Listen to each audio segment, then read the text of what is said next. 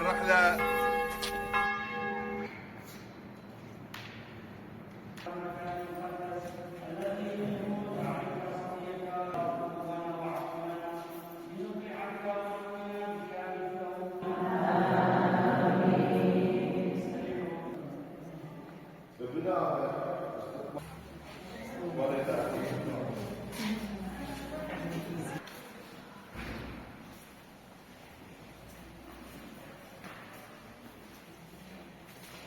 نشكر كل من ساهم في هذه الكنيسة التي هي فعلا رمز لكل الأديان نعتبرها، وفي هذا المكان يعني اللي قليل التواجد فيه المسيحيين، لكن أكيد هو فد شيء من التآخي والتآلف بين المجتمعات والثقافات المختلفة. أيضا نشكر أهالي الناصرية.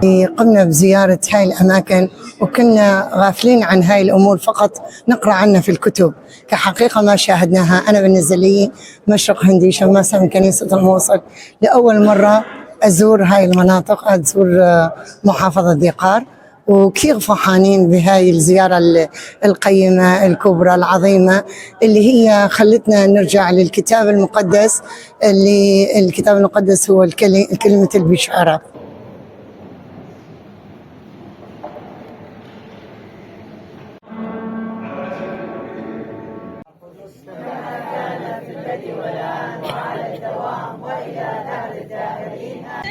شكراني